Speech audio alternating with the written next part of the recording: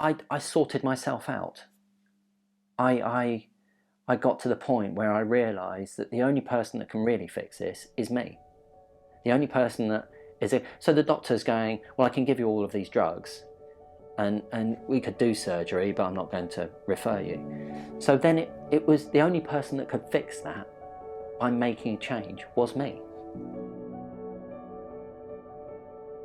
My initial getting into personal training or getting fitter myself, and I use fitter loosely, was my back pain. So my,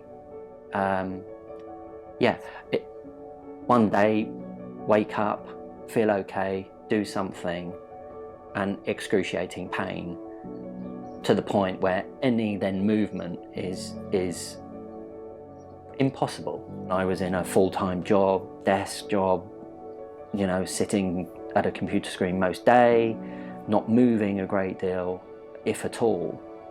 So yeah, just wasn't healthy, wasn't in a healthy environment that sort of encouraged movement, and didn't have a particularly healthy lifestyle.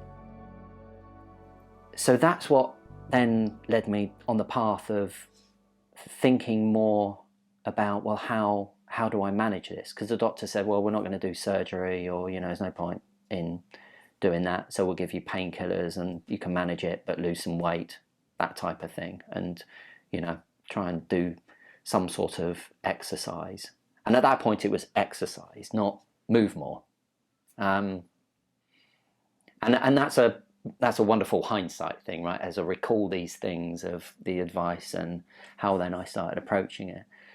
So yeah, so that's for me where it started. So I started just myself at home, you know, bought a few kettlebells, just started doing a bit of that because I'd read somewhere that strengthening core and, you know, just sort of those movements would help. And it did. It was just because I was moving more. And it was just because I was doing things differently, and I would get up from my desk more regularly and I would move around more regularly. Stress, for sure, plays a part. I mean, you know, see, when you get to the point of going, I've got a herniated disc, there's a physical, well, I must have done something, but there's the ignoring that, well, I'm working long hours. And for the most part of those hours, I'm just stationary. And it's the pressure of, well, certainly the job I was doing then, the pressure of that work and the pressure of deadlines and the pressure of, and sometimes the pressure of home life, or, you know, sort of working all of that stuff and balancing it all and not taking care of yourself. These things don't just go bang. Now, of course, some injuries do, but mine wasn't. Mine was I was going to say a lifetime of neglect. Mine was probably many years of neglect and, you know, poor diet, poor movement, stress at work. But it's easy just to go, well, it's a physical thing. So a physical thing did this to me. So I do my stuff primarily at clients' homes. So it's in their environment. So yeah, with some clients you'll get an understanding, you know, are there kids running around? Are there, you know, what's their environment? What are they in? Ask them a little bit about their work, and, you know, you start to understand, okay, well, that sounds, so this isn't a conversation I have, but in my mind, it's because I'm there to do a movement screen, not to analyse them and their lives, but it's that, well, that sounds like a stressful job. There are other things going on, and there's a conversation there, and it's talking to them and getting to know them about their situation. So some of my early clients that had come to me, I said, oh, you know, so-and-so said to me, oh, you look well, you look different. And that's a real sense of satisfaction. It feels like the right thing to do. Which, even saying that, just makes me feel a little bit like, oh, like, it feels like the right thing to do. I'm accountable. It's me. It's my body. No one else can do it for me. So I don't try and do it for them, but I help encourage them. There's a big difference in that for me, just sort of thinking, yeah, I'm just going to train people. I could do that. I could easily do that. Just go out, get people doing jumping jacks and, you know, 10 reps of this. And for me, that doesn't seem the right thing to do. The right thing to do is to get to know the people I'm training, really understand them, really understand what their stresses are, really understand what their drivers are. I'd love to have clients that come back and want to do more. What I don't want to do is have clients that come back and back and back because they become reliant on me for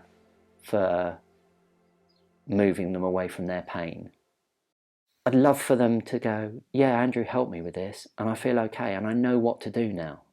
There are other parts that I'm working towards that for me really start tying everything together. Movement, mind and mountains. And the mountain bit is, if clients want to, is I feel a bit better now, I can move better. Yeah, I'd love to go out and go to wilder places and just push myself a little more. If one day you wake up and you can't get out of your bed, and then in X amount of time you can walk up and over, some rugged terrain and that feels good. That's quite an achievement. Yeah, they need someone to lead them into those environments and take them through. So to be able to take people in a nice, safe way to experience and push themselves feels to me like an amazing thing to do. We walked however many kilometres, we climbed however many hundreds, maybe thousands of feet, different terrains and peaks.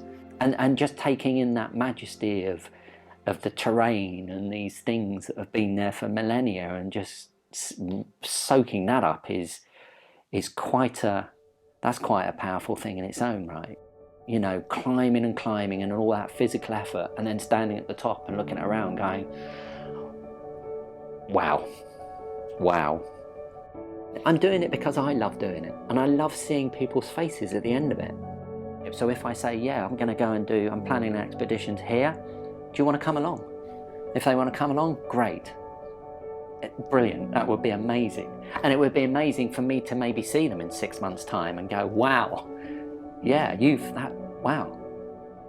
And that puts the smile on my face.